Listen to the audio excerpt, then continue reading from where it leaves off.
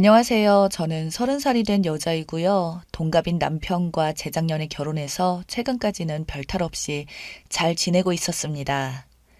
그러다 제가 휴직을 하게 되면서 어떤 탈이 생기다가 결국 남편을 물게 되었어요. 사랑스럽게 깨무는 게 아니라 그냥 물었습니다. 저희 부부는 아직 아이가 없어요. 저는 빨리 아이를 낳고 싶어 했고요. 근데 제 직업이 하루 종일 사람들 상대하며 말하는 일이라 스트레스가 아주 심했거든요. 결혼 준비하랴 빚 갚으려고 일도 많이 해서 남편과 심각하게 의논한 끝에 3개월만 좀 쉬기로 했어요. 일하다가 쉬게 되니 남편이 저에게 점점 더 많은 걸 요구하기 시작하더군요. 솔직히 음식이나 이런 건 잘 만들어 먹습니다. 아침 식사도 달라면 다 챙겨줬고요. 그런데 그런 차원이 문제가 아니라 완전히 새로운 일거리를 갖고 왔어요. 그러다가 저에게 물렸고요. 어느 날 갑자기 남편이 개를 데려왔더라고요. 그것도 2마리를 데려왔는데 시댁에서 기르는 개를 저와 말도 없이 데려온 거죠. 저희 시댁에는 개가 있습니다. 강아지라고 써야겠네요. 강아지가 총 3마리 있어요. 엄청나게 예뻐하십니다. 처음에 그 강아지들을 봤을 때 이뻐했어요. 어릴 적부터 워낙에 강아지들을 좋아하기도 했고 부모님께 사달라고 많이 하기도 했었는데 저희 엄마는 살아 움직이는 것은 너희들로 충분하다며 물고기 1마리조차 기르는 걸 싫어하셨습니다. 그 마음 이해가 갑니다. 일단 저희 남편은 외동아들입니다. 시어머님은 자식을 많이 갖고 싶어 하셨는데 건강 문제로 외동아들만 키우시게 되었고 그 빈자리를 강아지들로 채우고 계셨어요. 집안이 좀 북적북적한 걸 좋아하신다네요. 조용한 분위기를 많이 싫어하세요. 시댁에 가보면 TV는 늘 틀어놓고 계시고 개들은 뛰어다니고 아주 북적북적합니다. 저도 아이는 많이 낳고 싶다는 생각이라 어느 정도 어머님 마음을 이해하고 있어요.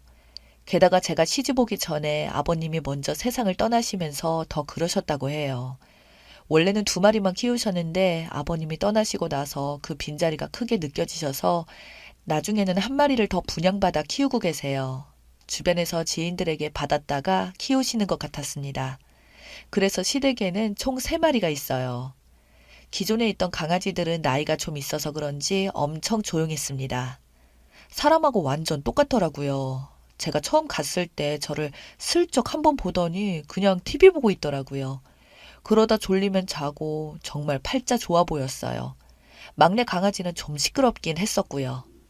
이번에 남편이 데려온 강아지는 막내 강아지가 아니라 원래 있던 나이가 좀 있는 강아지들을 데려온 겁니다.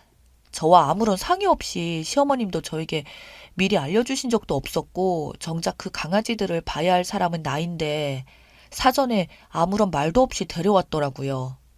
어머님이 갑자기 지방에 내려가야 해서 저희 집에 급하게 맡기게 되었다고 했어요. 아는 친구분이 이번에 다리를 좀 크게 다치셔서 병문안도 가고 고향 친구 볼 겸 해서 보름 정도 갔다가 오신다고 했고요. 그런 사정인데 저도 뭘 할 수 없었죠. 근데 한 가지 제 혈압이 확 올라갔던 이야기가 있었는데 남편이 지 입으로 술술 하더라고요. 아마 칭찬받는 줄 알았나 본데 원래는 그 2마리 강아지들을 이웃에게 맡기려고 하셨다네요. 거기도 개를 키우고 있고 친분도 있어서 맡기려고 하셨는데 제 남편이 펄쩍 뛰면서 못하게 말렸다고 합니다. 왜 모르는 집에 맡기냐면서 엄청나게 걱정을 했다고 해요. 어머님은 그 모습에 감동하셔서 곧바로 저희 남편에게 개를 맡기신 거고요. 오랜 세월을 함께한 강아지들을 어찌 남의 손에 맡기냐면서 제 앞에서 이야기하는데 그냥 남편을 그 집에 맡기고 싶었습니다.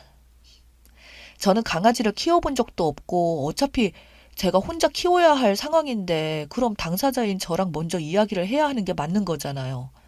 근데 저보고 원래 강아지들을 좋아하길래 그냥 데려왔다고 하더라고요. 그때부터 강아지하고 같이 적응했어요. 사람하고 똑같아서 주변 환경이 바뀌면 스트레스를 많이 받는다고 하더라고요. 사료도 잘 안 먹고 똥도 아무데나 싸고 그래서 저는 잘 모르니까 남편에게 자주 연락해서 물어봤는데 짜증을 내더군요.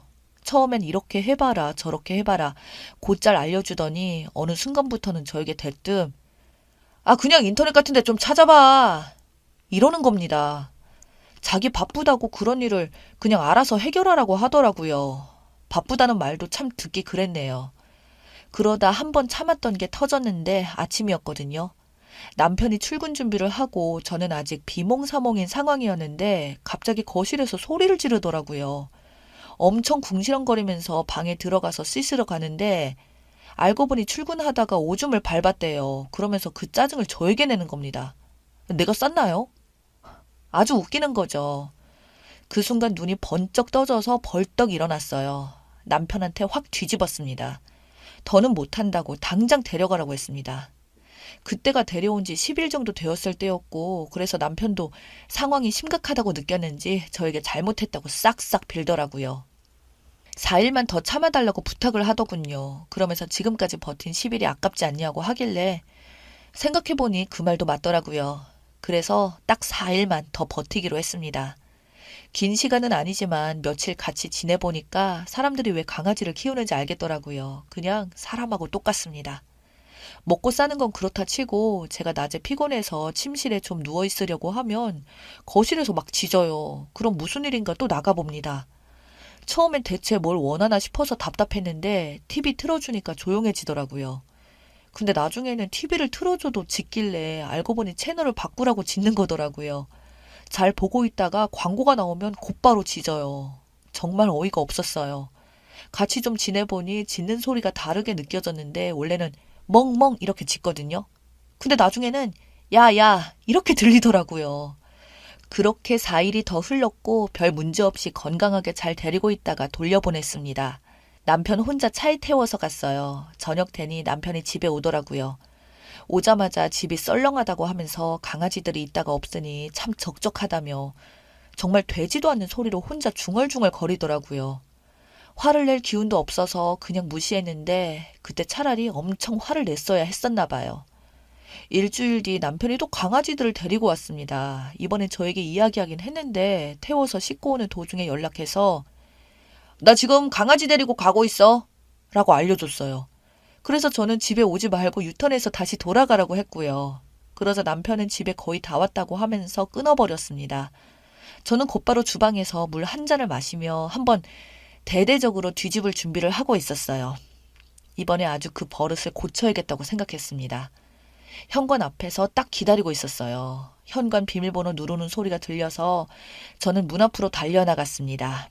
문이 딱 열리고 소리를 지르려고 하는데 시어머님이 활짝 웃으면서 들어오시더군요. 1초만 늦었으면 큰 실수할 뻔했어요. 저보고 고맙다며 제 손을 잡으셨습니다. 그 뒤로 남편과 강아지들이 들어왔고요. 저는 순간 멍하니 가만히 서 있었습니다. 그렇게 저희 집에 또 강아지 방이 되었습니다. 개들만 들여놓고 남편은 곧바로 어머니 모셔드리고 온다고 나갔고요. 그렇게 강아지 2마리만 놓고 가버렸습니다. 저번에 한 번 있다가 가서 그런지 강아지들도 엄청 여려 보이더라고요. 바닥에 엎드려서 저를 보며 짖기 시작했습니다. 그래서 저는 TV를 틀어줬고요. 그러니 다시 조용해지더라고요. 그렇게 거실에 앉아서 강아지들 채널 돌려주면서 남편을 기다렸어요. 얼마 뒤에 남편이 도착했고 저는 일단 차분하게 무슨 상황이냐고 물어봤습니다. 이번에는 남편이 데리고 왔더군요. 그래서 나랑 상의도 없이 데려온 것도 짜증나는데 그렇게 데려왔으면 직접 강아지들을 챙기라고 나에게 떠넘기지 말라고 했습니다. 그러다 남편이 저보고 당신도 강아지 좋아하지 않냐고 이참에 아예 키우는 건 어떠냐고 그러더군요. 저도 모르게 살아 움직이는 건 당신 하나만으로 충분하다고 말했어요. 우리 엄마랑 완전히 똑같은 얘기를 했더라고요. 그땐 정말 제 남편이 아들 같았습니다. 딱 3일 가더군요. 그때까지는 남편이 와서 산책도 시키고 청소도 하고 다 하더니 딱 3일 되니까 피곤하다고 오자마자 드러눕고 예전과 다를 게 하나도 없었습니다. 그래서 제가 이럴 거면 그냥 다시 돌려보내라고 나는 절대 못한다고 소리를 질러버렸고요. 그때 남편이 엄청 어이없는 말을 저에게 하더라고요. 가족처럼 생각하라네요. 자기가 외동으로 자라면서 강아지들과 가족처럼 지냈다고 저보고 신우나 아주버니처럼 생각하면 안 되겠냐고 시댁 식구라고 생각해달라더군요. 하다 별 되지 않는 소리를 그것도 엄청 진지하게 하는데 시댁 식구라고 여기며 정성껏 보살펴달라는 소리로 들렸어요. 남편이 저렇게 가족 이야기까지 하면서 말도 안 되는 소리를 하길래 저도 똑같이 말도 안 되는 짓을 하기로 결심했죠. 다음날 남편이 퇴근해서 들어오더라고요. 강아지들은 쳐다도 안 보고 피곤하다면서 방으로 들어가 버리더군요. 저는 거실에 앉아 강아지들과 대화를 하기 시작했어요. 개처럼 짖기 시작했습니다. 방에 있는 남편이 깜짝 놀라 뛰어나오더니 저보고 지금 뭐 하는 거냐고 물어보더라고요. 그래서 제가 가족회의 중이라고 했어요. 지금 신우들하고 이야기하고 있으니까 상관 말라고 방에 들어가 있으라고 했어요. 그러자 남편은 제 앞에서 막 웃으면서 알겠다고 회의 잘하라며 들어가 버리더군요. 그 뒤로 남편에게 문자가 오면 멍멍이라고 딱 두 글자만 써서 보냈고요. 그때까지도 남편은 웃으면서 아주 즐겁게 받아주더라고요.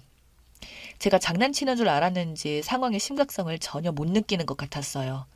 그래서 언제까지 그러는지 두고 봤습니다. 주말이었어요. 남편은 늘어지게 푹 자더니 일어나자마자 배고프다고 하더군요. 그래서 딱 1분 만에 밥을 차려줬습니다. 밥그릇에는 사료를 담았고요. 국그릇에는 물을 담아왔어요. 그리고 밥 먹자 하면서 불렀어요. 남편은 식탁을 보자마자 이게 뭐냐며 저에게 짜증을 부리더라고요. 어제 야근해서 힘든데 왜 먹는 걸로 장난치냐고 하길래 그래서 제가 신우들은 좋아하던데? 신우들 나이가 사람으로 치면 50살이 넘던데 어른들 입맛에 맞춰서 차려야지. 그래서 남편은 저에게 고개를 절레절레 흔들며 라면이나 끓여 먹겠다고 주방으로 갔어요. 근데 제가 이미 싹 다 치워버린 상태라 아무것도 없이 텅텅 비어 있었습니다. 그래서 제가 남편에게 이야기했어요. 먹기 힘들면 물에 불려서 줄까? 결국 남편은 편의점에 가서 컵라면 사다가 먹더군요. 제가 옆에서 그랬어요. 앞으로 시누이들이 집에 오면 사료 먹을 생각해? 라고 친절하게 이야기해줬습니다. 그날 저녁 그 사건이 터졌어요. 제가 남편을 물어버렸습니다. 남편이 하루 종일 누워서 핸드폰만 잡고 있더라고요. 강아지들 좀 챙기라고 해도 나중에 한다면서 듣지 않았어요. 역시 말로 하니까 통하지 않나 했습니다. 누워있는 남편에게 다가가서 팔뚝을 잡고 그냥 확 물어버렸어요. 그러자 화들짝 놀라며 벌떡 일어나더군요. 저보고 미쳤냐고 소리치길래 저는 아무 말도 하지 않고 그냥 으르렁거렸어요. 저는 대화를 하고 있었습니다. 그리고 또 침대에 눕길래 제가 다가가 물어버리려고 했어요. 그렇게 결국 남편은 거실 청소를 했습니다. 확실히 그 방법이 잘 통하더라고요. 저녁에 산책 좀 시키려고 했는데 이번에는 침대에 누워 자는 척을 하더라고요. 제가 가까이 다가가자 갑자기 일어나서 산책을 나가더라고요. 다음날 어머니께 전화가 왔어요. 강아지들 보느라 힘들겠다며 걱정하시면서 오늘 저녁에 데리러 오시겠다고 하셨습니다. 제가 아니라고 더 쉬다가 오시라고 천천히 볼일 다 보셔도 된다고 말씀드렸어요. 그리고 나서 곧바로 남편에게 전화가 왔습니다. 저보고 무슨 소리를 했냐고, 왜 엄마가 좀 더 쉬다 오신다고 하냐고 화내더니 남편이 중간에서 빨리 데려가려고 했다더군요. 그래서 저녁에 오실 것 같다고 이야기하길래 제가 저녁은 어떻게 하시냐고 물어봤어요. 사실 그게 제일 중요한 일이잖아요. 제가 식사 문제로 예민하게 질문하자 저보고 사료로 장난치면 안 된다고 그러더니 나중에는 문자로 저녁 준비하지 말라고 자기가 알아서 하겠다고 하더라고요. 그렇게 남편은 집에 와서 강아지를 데리고 어머니 모셔다 드리러 가더라고요. 그날 이후로 저희 집에 강아지를 데려오는 일은 없었어요. 나름 잘 해결된 것 같긴 한데 한 가지 문제가 제가 가까이 다가가면 기겁하며 도망갑니다. 그게 좀 걸리네요. 휴직한 이유가 아이를 가져보려고 한 건데 시간이 조금 더 걸릴 것 같습니다.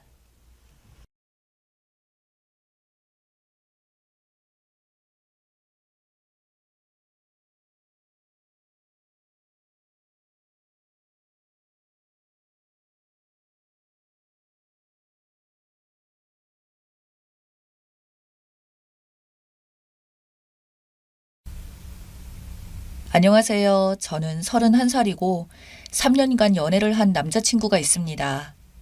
아니, 있었습니다. 남자친구는 35살 대기업에 다니고 저는 직장 생활을 하다가 조금 더 안정적인 결혼 생활을 위해 현재 자격증 시험 준비를 하고 있어요. 물론 남자친구도 뒷바라지를 해준다고 했고 시험 통과 후 결혼하기로 약속한 사이입니다. 공부를 시작할 즈음에 남친 회사 감사 기간이 얼마 남지 않은 시점이어서 그동안에 연락 많이 못할 것 같으니 감사 끝나고 자기가 연락을 하겠다고 그렇게 얘기를 했었죠. 그래도 한 달에 한두 번씩 꾸준히 만나고 전화도 종종 하면서 여느 커플과는 다를 것 없이 지냈는데 어느 날 갑자기 연락이 안 오더니 제 번호를 차단했더라고요. 당황스러워서 연락을 해보니 당장 다음 달 5월에 결혼을 한다고 연락이 왔었다고 하더라고요. 상대 여자는 예전에 남친을 자꾸 따라다니던 못생겨서 싫다고 했던 여자였습니다. 남친이랑 같이 있을 때도 전화가 계속 와서 신경이 쓰였는데 카톡 프로필을 보니 정말 못생긴 여자라서 양다리 걸칠 거라고는 생각을 전혀 안 했죠. 그러다가 남친이 연락을 해왔고 만나자고 하더군요. 얼마 전에 상견례를 했다고 합니다. 아, 이게 뭐지?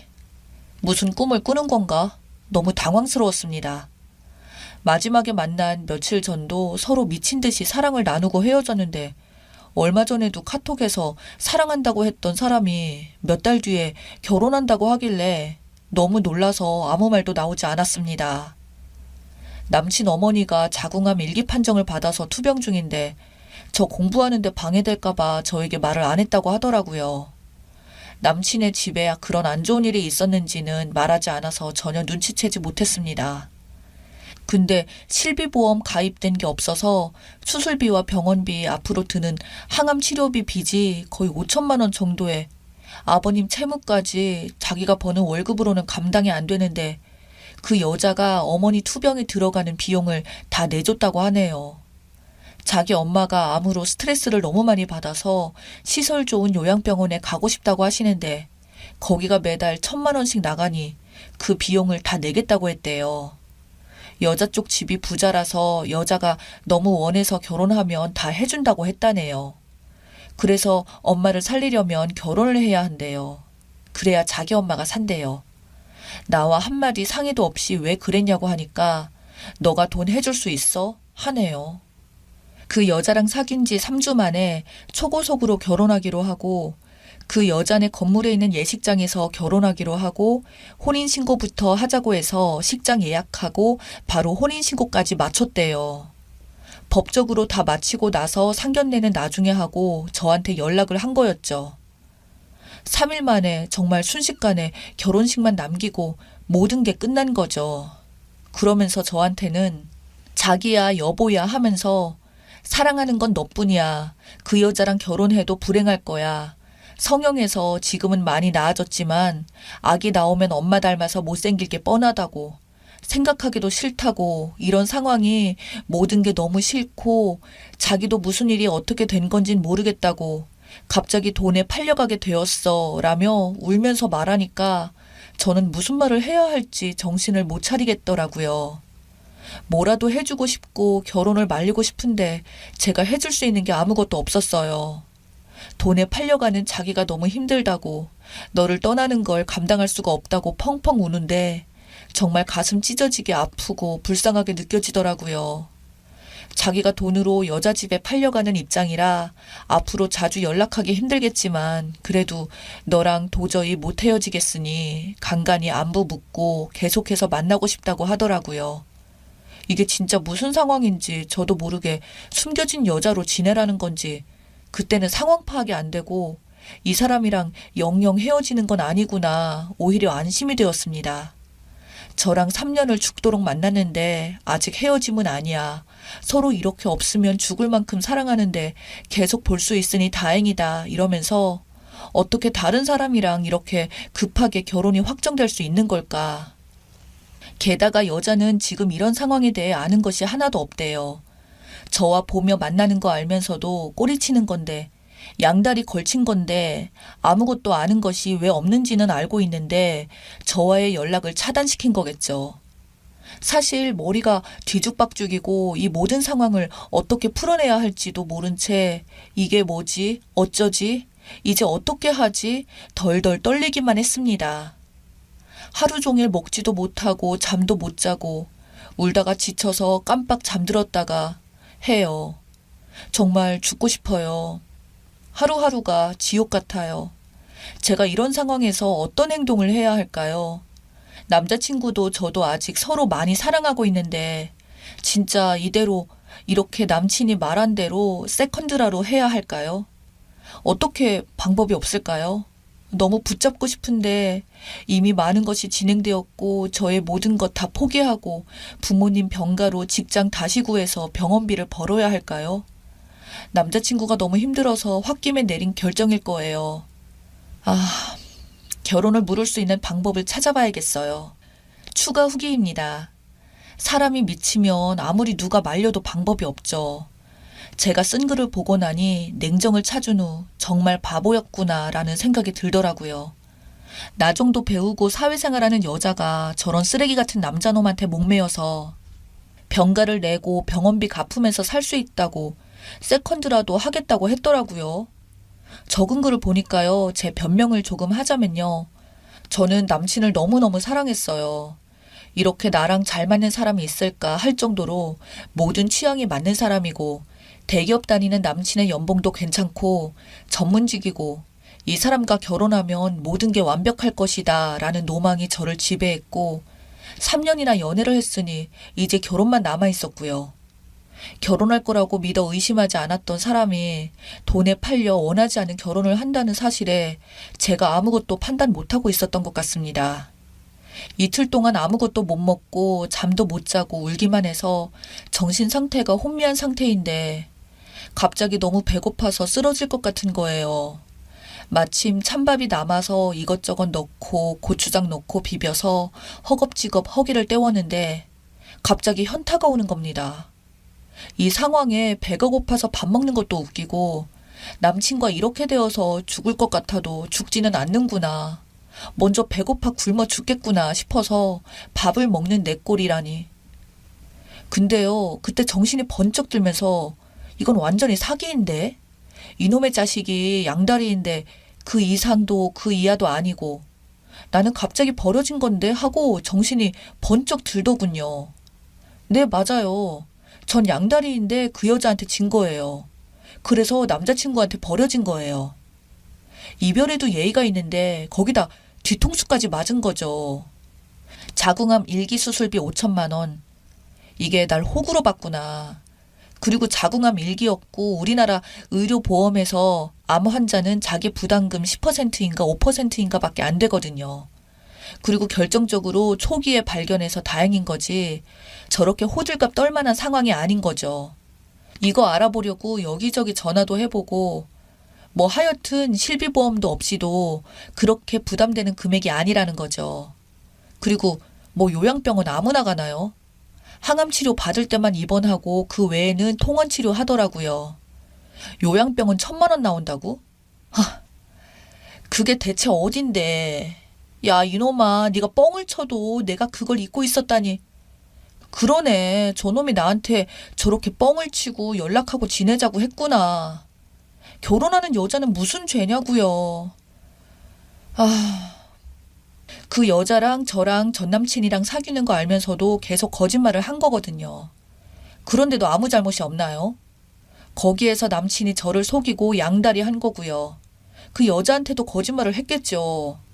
나머지 밥을 꾸역꾸역 먹으며 이제 복수만 남았다 분노의 다짐을 했습니다. 카톡을 보냈습니다. 자기야, 나 생각해봤는데 자기가 결혼해도 자기랑 계속 만나고 싶어. 도저히 못 헤어지겠어. 그래도 결혼 전에는 먼저 한번 보고 비밀 지킬 자신 있어. 자기가 지난번 말한 대로라면 그림자라도 좋아. 대신 저번에 했던 말 다시 한번 해줘. 무슨 말? 그 여자랑 결혼하기 싫다고. 얼굴 못생겨서 싫다고. 엄마 병원비 때문에 이용하는 거라 애정이 있을 수 없잖아. 그 여자는 싫고 내가 사랑하는 건 너야. 그래서 결혼해서도 널 옆에 두고 싶은 거고. 이 정도면 됐지? 우리 자주 가는 모텔 거기 먼저 가 있어. 나 처갓집 다녀오면서 연락할게. 내일 모레 결혼한다는 놈이. 그 여자가 조금씩 불쌍해지기도 하더군요. 당연히 모텔은 무슨 모텔. 저는 안 나갔죠. 모텔에 도착했다고 연락이 와서 먼저 씻고 있으라고 했죠. 일부러 시키지도 않았는데 빨리 오라고 다 씻었다고 카톡이 왔길래 그 여자 전화번호를 찾으며 카톡을 찾아냈습니다. 그날 이후 원피스를 입고 결혼식장에 갔어요. 전남친이 저를 보더니 사색이 되더군요. 소란스러울까봐 큰 소리로 못 내고 안절부절 발을 동동 굴리더군요. 저는 생글생글 웃으면서 축하해 한마디 해주었습니다. 암투병으로 다 죽어갈 것처럼 말하던 전 남친의 어머님은 너무 좋은 혈색으로 손님 맞이를 하고 계시고 부잣집으로 장가갈 아들이 그리도 좋은지 싱글벙글 신이 났었더군요. 역시나 아프다는 엄마는 핑계였던 거죠. 신부 대기실에 가서도 인사를 했어요. 그 신부는 절 알아보고 사색이 되더군요. 결혼 축하한다고 해줬어요. 남의 남친 이렇게 돈으로 뺏어가니 좋냐? 축하해. 천년만년 잘 살길 바래. 너 신랑이 그저께도 모텔 잡아놓고 기다리던데. 내가 그래도 혼인신고도 했고 결혼식도 앞둔 남자랑 자면 안 되겠다 싶어서 안 갔더니 카톡에 불이 났더라. 너 결혼해서 조심해. 저 남자 결혼 약속한 여자친구 있는데도 양다리 걸치다가 결혼 이틀 전에도 바람핀 남자야. 야, 너 줄 테니까 쓰레기 잘 관리하면서 살아라. 하고 손에 봉투 하나 쥐어주고 왔습니다. 보내준 사진까지 선명하게 인화해서 줬습니다. 뒤통수에서 신부가 소리를 지르는 걸 보며 전 남친은 신부 대기실로 뛰어갔고 친구들을 통해서 결혼식이 난장판이 되었다고 얘기를 들었습니다. 조용하지만 엄청난 복수를 한 거죠. 소란스럽지도 않게 혼자서 조용히. 신부가 지른 소리에 놀라서 다들 뛰어왔는데 신랑의 카톡 내용과 사진을 다들 보게 된 거죠. 신부 측 부모님들과 신부 친구들, 친척들이랑 신랑놈이 결혼 전에 바람 피우려고 수작질한 걸 들켰으니 어떤 부모가 그 결혼을 계속 진행하겠습니까? 신부도 그렇고요. 그날 결혼식은 깨졌고 위약금은 신랑 측에서 다 위자료까지 물게 되었나 봅니다. 여자 쪽에서는 혼인 무효 소송 중이라고 들었습니다. 저도 전 남친이 집으로 쫓아오면 험한 일 당할까봐 이사 가려고 집을 내놓고 본가에 내려왔습니다. 여기는 모르거든요. 애초에 돈이 그렇게 좋으면 나랑 깨끗이 정리하고 나랑 했던 결혼 약속을 취소를 했어야지. 한마디로 한심한 남자였어요. 읽어주셔서 감사합니다.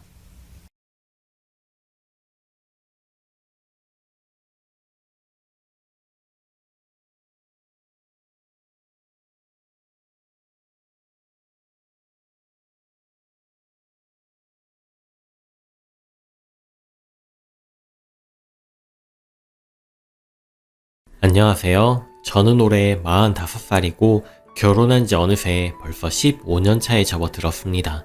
그동안 많고 많은 일이 있었지만 정말 어이없는 남편 때문에 이렇게 글을 적어보려고 들어왔습니다. 이 이야기는 저희 친정어머니가 암 진단을 받았을 때부터 시작되었습니다. 저에게는 씻을 수 없는 상처로 얼룩진 시간입니다. 한평생 고생만 하시던 엄마가 암에 걸리셨다고 하니 일상생활을 도저히 못하겠더라고요. 자칫하면 위험한 상황이 되실 수도 있다는 이야기도 나오고 저는 정말 인정하기가 힘들었어요. 하루하루 죄스러운 마음에 눈물로 나를 지새우며 엄마 앞에선 차마 눈물을 삼키며 엄마한테 조금이나마 잘해드리고 싶어서 매일매일 엄마를 보러 달려갔습니다. 저희 집과 불과 30분 거리인데 맞벌이하며 애 키우느라 전에는 자주 못 찾아갔고요. 한 달에 한 번 못 가는 날도 있었네요. 그런데 저는 남편 때문에 시댁은 일주일에 한 번, 두 번씩 갔습니다. 시댁은 20분 거리고요. 효자 남편 둔 덕에 불효녀가 된 제가 너무 후회스럽고 엄마한테 미안한 마음뿐입니다. 이제라도 저희 엄마를 챙겨드리고 싶어서 매일매일 엄마를 보러 갔죠. 근데 그때 남편이 하는 말이 애한테 신경 좀 쓰라고 집안꼴이 이게 뭐냐고 하더라고요. 제 마음이 어떤지 뻔히 알 거 알면서 저런 말이 나오나 싶은 게 서운한 마음이 너무 크더라고요. 저 너무 화가 나서 말 다 했냐고 했죠. 우리 엄마가 아픈데 지금 내가 집안일 신경 쓰게 생겼느냐고 애는 어머님이 봐주시는데 뭐가 그렇게 불만이냐고 소리를 질렀더니 저보고 효녀 납셨네 허허 이러면서 안방으로 쑥 들어가더라고요. 너무 화가 부글부글 끓어서 안방까지 쫓아가 따졌습니다. 그랬더니 저보고 과장하지 말래요. 장모님 찾아가는 거랑 별개로 집안일 가지고 이야기하는 건데 거기서 그 이야기가 왜 나오냐며 핑계일 뿐이랍니다. 그러고는 진작에 잘하지 이제 와서 그러면 뭐가 달라지냐며 제 마음을 후벼 파는 소리만 해대네요. 또 한다는 말이 네 엄마 너 때문에 그렇게 된 거라는 말에 정말 눈물이 뚝뚝 떨어졌습니다. 네, 저 지금 이런 쓰레기 같은 남편이랑 결혼하겠다고 저희 엄마 가슴에 대못 박고 반대하는 결혼을 했습니다. 엄마 대못 박고 속을 그렇게 아프게 했는데 그 벌은 제가 받아야 하는데 암은 엄마가 걸렸네요. 엄마 말을 진작에 들을 걸 왜 그때는 이런 사람인지 몰랐을까요? 엄마의 눈엔 보이는데 왜 제 눈에는 안 보였을까요? 엄마는 남편 보자마자 인상이 안 좋다 하시며 반대를 하셨습니다. 남편이 좀 건들건들 하는 게 있고 이야기를 하다 보면 자기 주장을 굽히지 않아요. 저는 이게 큰 단점인지 처음에는 콩깍지가 껴서 잘 몰랐는데 대화하자마자 엄마는 그런 부분을 바로 느끼셨나봐요. 예의가 없다고도 생각하셨던 것 같습니다. 하지만 그때는 몰랐어요. 그저 엄마를 원망했지요. 그래서 남편한테 울면서 말했습니다. 나 때문에 암 걸려서 지금이라도 정신 똑바로 차리고 엄마한테 잘할 거라고. 나 때문에 걸린 병이기 때문에 내가 끝까지 책임을 질 거라고 소리를 쳤습니다. 제 남편, 제 말에 늙으면 병 걸리고 죽는 게 당연한 거지 뭐 그렇게 유난스럽게 질질 짜냐면서 듣기 싫다고 나가랍니다. 너무 화가 나서 화장대에 있는 화장품을 남편한테 던졌더니 남편이 쌍불을 키면서 절 노려보더니 자기가 나가버리네요. 남편이란 인간한테 우리 엄마 암에 걸렸다는 소식을 전할 때도 표정 하나 안 변하고 밥 줘 했던 사람입니다. 우리 엄마가 암 걸렸는데 밥이 넘어가느냐고, 이 상황에 배가 고프냐고 할 때도 회사에서 힘들어 죽겠는데 저까지 스트레스 주지 말라던 사람이었습니다. 매일 입버릇처럼 피곤하다, 배고프다 하는 사람. 제가 힘든 일, 즐거운 일, 시시콜콜한 이야기를 해도 늘 그 사람에게 돌아오는 말이었죠. 피곤하다, 힘들다. 그런데 저희는 친정엄마 안 걸린 소식에도 그렇게 말할 줄은 몰랐습니다. 이런 사람과 앞으로 죽는 날까지 함께해야 하나 하는 생각과 당장에 닥친 엄마 암에 관한 현실 때문에 하루하루가 지옥 같았습니다. 남편이 지금껏 살면서 저런 사람인지도 몰랐고요. 오만정 다 떨어져서 다음날 아침에 남편이 밥 차려달라는 것도 무시하고 안 차렸습니다. 그렇게 밥 타령을 하는 사람에게 내린 벌이라고 할까요? 이런 인간이랑 살고 싶지 않아서 밤새 또 생각하고 모든 게 끔찍하게 느껴지던 날들이었습니다. 어떻게 남편이 저한테 그런 말을 할 수 있는지 제가 사람을 잘못 본 것 같더라고요.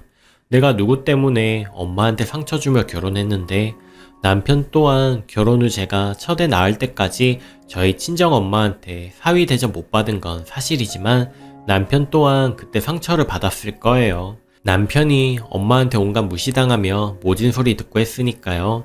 그래도 저 애 낳고 엄마가 제 딸 보면서 참 많이 우시며 저희 부부 인정해 주셨습니다.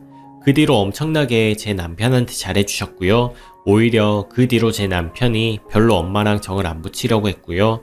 엄마가 말을 걸어도 남편은 항상 단답형 또는 대꾸도 안 했고요. 일부러 무뚝뚝하게 굴고 버릇이 없을 때도 있었고요.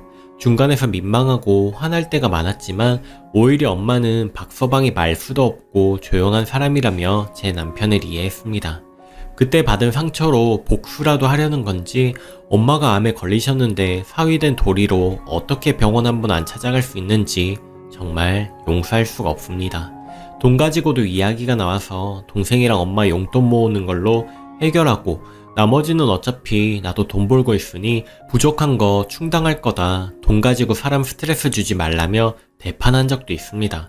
하지만 내내 돈 이야기하며 스트레스 줘서 정말 제가 암 걸릴 판국이고요. 그때 또 남편이 하는 말이 지방이나 서울이나 의술 똑같다고 뭐하러 서울까지 모시고 다니느냐고 저에게 핀잔을 줬고요. 저는 남편이 한마디 할 때마다 뼈마디가 으스러지고 심장이 부서지는 기분이었지만 억지로 무시하고 맘카페 질문을 올려가며 좋다는 병원 수소문해서 서울로 모셨습니다. 지방에 살아서 한번 갈 때마다 왕복 6시간이지만 동생이랑 저랑 연차 번갈아 가며 쓰면서 모셔다 드렸고 그때마다 시댁에 애들을 맡기고 갔기 때문에 늘 남편의 잔소리와 듣기 싫은 말들에 시달려야만 했습니다. 때로는 회사 프로젝트 때문에 병원 모시는 상황이 여의치 않을 때는 저 혼자 발 동동 굴려가며 회사며 시어머니며 읍조려가며 모든 걸 다 해야만 했고요. 뿐만 아니라 엄마 집에 가서 반찬 넣어드리고 장 본 거 갖다 드리는 날에는 뭘 그렇게 많이 샀냐, 많이 드리지 마라라는 등 싫은 소리를 귀에 딱지가 않도록 들어야만 했고, 내성이 생긴 저는 너는 지서라 라는 심정으로 다 무시하고 견디며 엄마 간호에 최선을 다하려고 했습니다. 그동안 참 여러 번 마음이 무너져 내렸어요.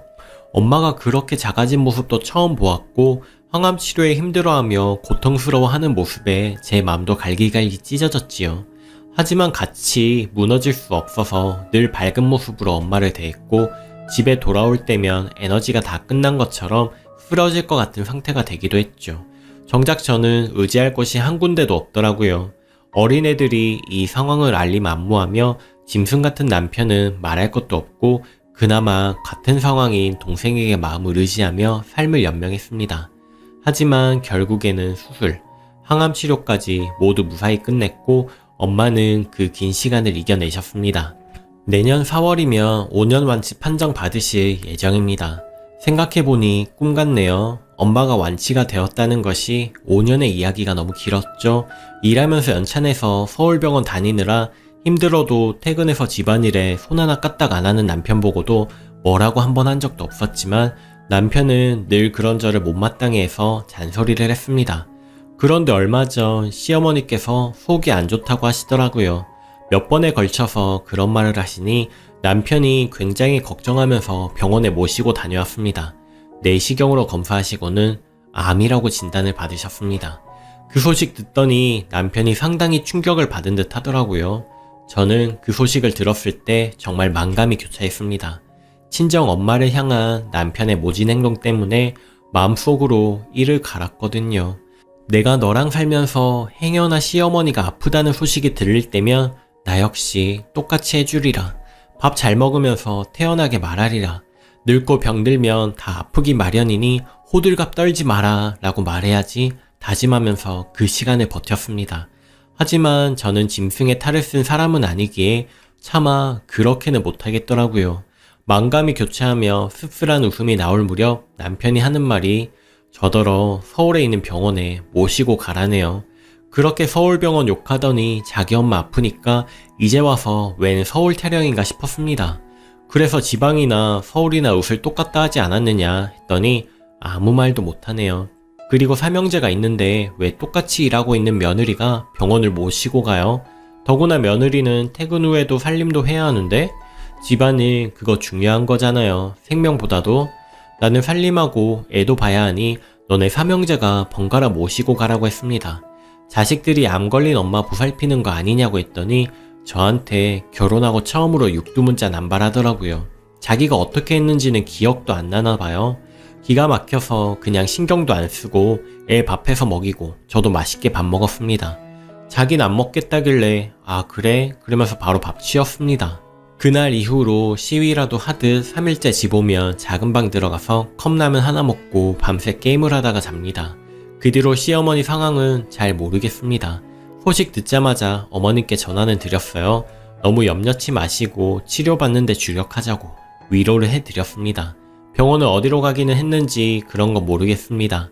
우리 집은 딸 둘이라고 친정 어머니 깎아내리시고 전 딸 하나라고 딸은 중요한 때에 도움 안 된다고 어머님께서는 그리 자랑하시던 아들이 셋씩이나 있으니 그 세 아들이 어련히 알아서 하시겠나요? 사실 시어머님도 제 속을 여러 번 후벼 파셨지만 그래도 저희 친정엄마 아프셨을 때 애 봐준 공이 있으셔서 크게 상처드릴 생각은 없습니다.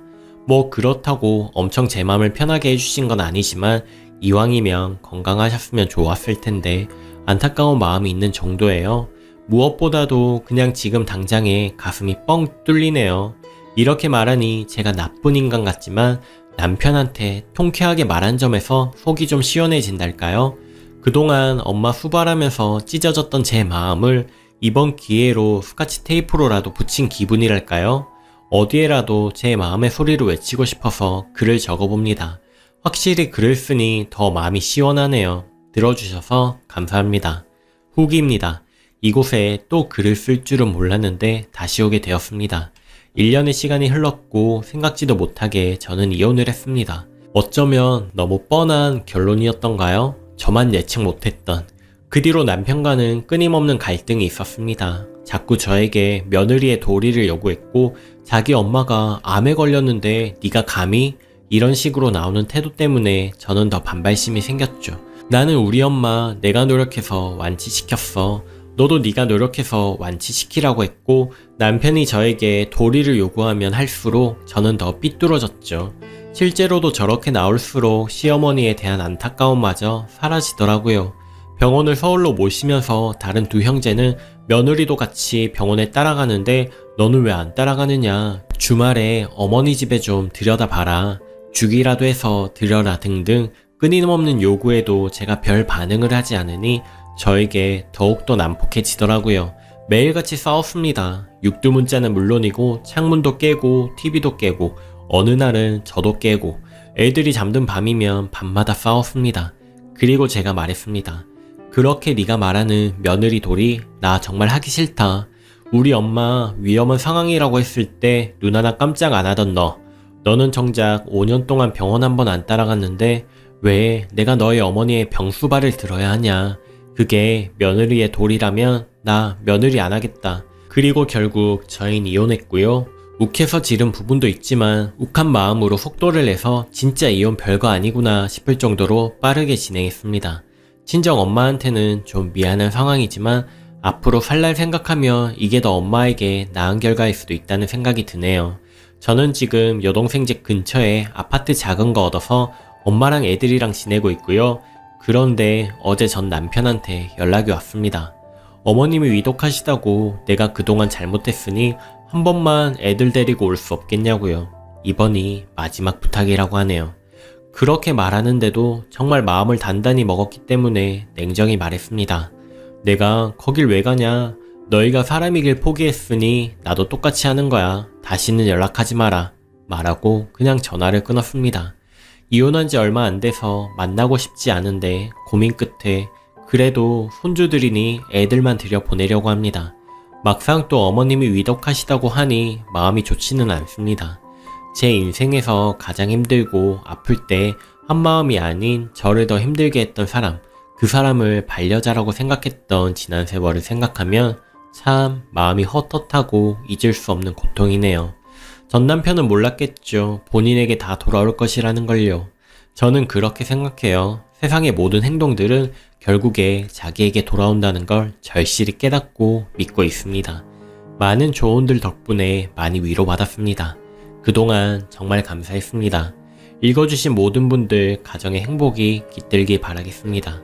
베스트 댓글: 결혼하고 보면 내가 생각했던 남편이 맞나 싶을 정도로 같이 살면서 세상 깜짝깜짝 놀랄 때가 많죠. 저도 그랬으니까요. 저희 아버지 암에 걸려 돌아가시자마자 저희 엄마도 시들시들 하시더니 5개월 뒤에 대장암 판정을 받으셨습니다. 아빠도 그렇게 돌아가신 마당에 엄마까지 돌아가시면 제가 못 살 것 같아서 남편한테 미안했지만 집안을 소홀하며 친정엄마를 챙겼습니다. 2주 정도 지나니 자기도 참을 만큼 참았다면서 화내기 싫으니까 집안일 좀 똑바로 하라면서 애들 언제까지 자기 부모님께 맡길 거냐고 자기 엄마 늙어서 애 보는 거 힘들다던 사람, 장모님이 암에 걸렸는데 우리 애들 돌보는 거 힘들다며 자기 엄마 걱정을 하더랍니다. 그런 놈과 결혼해서 사는 내가 어찌나 한심하고 바보 같던지 태어나서 처음으로 살인 충동을 느껴봤습니다. 아, 이래서 사람도 죽이는구나 딱 이 생각이 들면서 정말 마음 같아서는 그 자리에서 쏴버리고 싶었습니다. 여튼 전 그놈과 사는데 저도 이를 갈고 있습니다. 내가 니네 부모 편찮으실 때 어떻게 하는지 똑똑히 봐라. 이 생각 하루에 수십 번 하며 이 갈고 살고 있어요. 그 뒤로 남편한테 정 떨어져서 각방을 씁니다. 베스트 댓글 2. 우리 아빠 예약인 줄 알았습니다. 외할머니 아파서 딸 넷이서 병원에 음식을 이것저것 해서 다니고 돌아다닐 때마다 돈 아깝다 곧 가실 노인네한테 굳이 어쩌고 저쩌고 하던 분이시죠. 엄마가 외할머니 병원 모시고 다녀야 한다고 면허 따고 차 샀을 때도 쓸데없다고 눈치 주더니 외할머니 돌아가시고 2년 뒤엔가 친할머니 암 걸리시니까 운전해서 병원 모시고 가라고 난리 치셨습니다. 엄마가 안 가니 나더러 태우고 다녀오라고 난리를 치셨고요. 그러는 본인은 주말만 되면 낚시하러 다니고 죽이라도 해다 줘라 가서 집 청소라도 해주라고 징징대길래 엄마가 다 들어엎고 이혼할 거라고 짐 싸들고 나오니 그제야 깨갱하시더라고요. 어찌됐든 친할머니 돌아가시자마자 이혼을 했습니다. 지금 징징대는 건 이제 시작일 뿐이에요. 병 깊어질수록 지금보다 더 심하게 대리효도 타령을 하실 겁니다. 우리 아빠처럼요. 이래서 정말 남자 잘 골라야 하나 봅니다. 오늘도 낭만캐스터를 시청해주셔서 감사합니다. 저는 더 재미있는 사연으로 매일 저녁 8시 30분에 찾아올게요. 오늘도 행복한 하루 보내세요. 감사합니다.